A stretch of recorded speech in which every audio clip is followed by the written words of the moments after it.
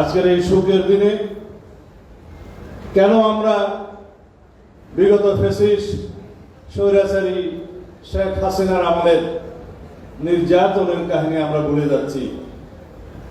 কেন আমরা আজকে শোকের দিনে আমাদের অতীতের সেই ভোগান্তি, এই জাতির নির্যাতন নিপীড়নের ইতিহাস আমরা কেন ভুলে যাচ্ছি? শোকের সময় কি তাই হয়?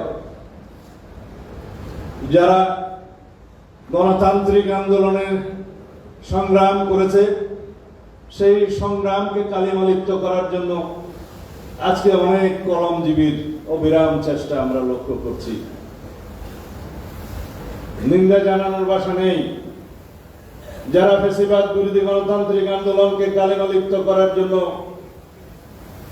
আমাদের সংগ্রামের ইতিহাসকে, ত্যাগকে, আমাদের রক্তদানকে কলঙ্কিত করছে, তারা কারা? তারা কি ফ্যাসিবাদের প্রত্যাবর্তন চায়? তারা কি বাংলাদেশের মানুষকে আবার স্বৈর শাসনের কবলে নিপতিত হোক সেটা দেখতে চায়? আমরা গণতান্ত্রিক পরিবেশের জন্য, ভোটাধিকারের জন্য, এদেশের মানবাধিকার, মৌলিক অধিকারের জন্য, গণতান্ত্রিক এবং সাংবিধানিক অধিকারের জন্য দীর্ঘ 17 বছর সংগ্রাম করেছি ফ্যাসিবাদের বিরুদ্ধে। আমরা রক্তক্ষয়ী লড়াই, সংগ্রাম, গণঅভ্যুত্থানের মধ্য দিয়ে সেটা অর্জন করেছি। আমরা কি সেটাকে মহিমান্বিত করব না? যে অর্জনের জন্য আমাদেরকে দীর্ঘ একটি হিসাব আমি দিতে পারি।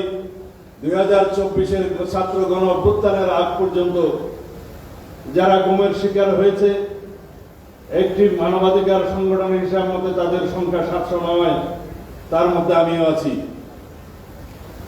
যারা ফিরে আসেনি তাদের সংখ্যা এখনো অসংখ্য।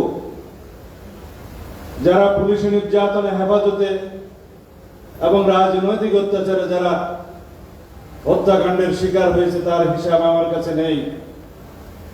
যারা বিচার বহির্ভূত হত্যাকাণ্ডে, সারা পৃথিবীতে যেটা এক্সট্রা জুডিশিয়াল কিলিং নামে পরিচিত, যারা শিকার হয়েছে তাদের সংখ্যা 2793, কারো কারো হিসাব মতে 3000-এর বেশি।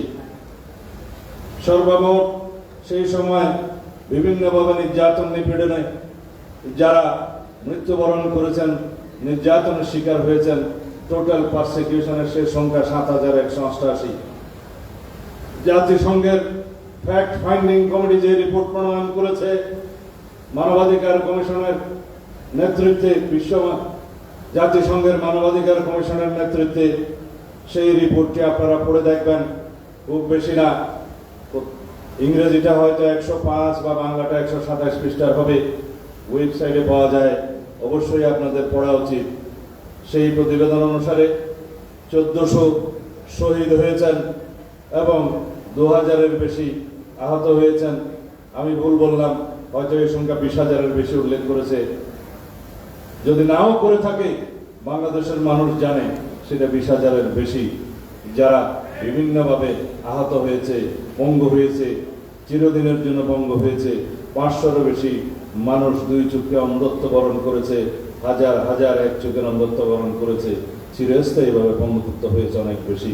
পঙ্গু হাসপাতালে দেখতে গিয়েছিলাম, সেই দৃশ্য দেখা যায় না। এবং এই ছাত্র গণ অভ্যুত্থানে যে সমস্ত বুলেট ব্যবহৃত করা হয়েছে তার শতকরা 66% বুলেট হচ্ছে মারণাস্ত্রে যেগুলো ব্যবহৃত হয়, সামরিক অস্ত্রে যেগুলো ব্যবহৃত হয়। যারা মৃত্যুবরণ করেছে তাদের মধ্যে 13% হচ্ছে নারী এবং শিশু।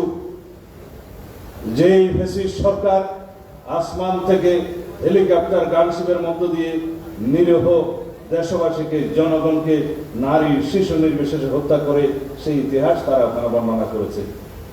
জাতিসংঘ প্রদত্ত যেগুলো APC বলে, যেটা ভেহিকল, যেগুলো সামরিক যান, সেগুলো ব্যবহৃত হয়েছে সাধারণ জনগণের উপর, নিরস্ত্র জনগণের উপরে।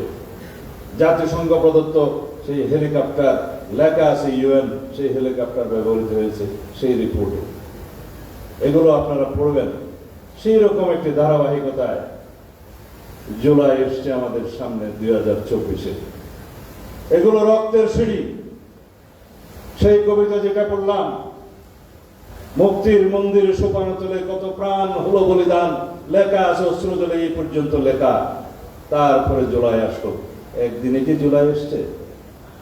একদিনে কি জুলাই আসে?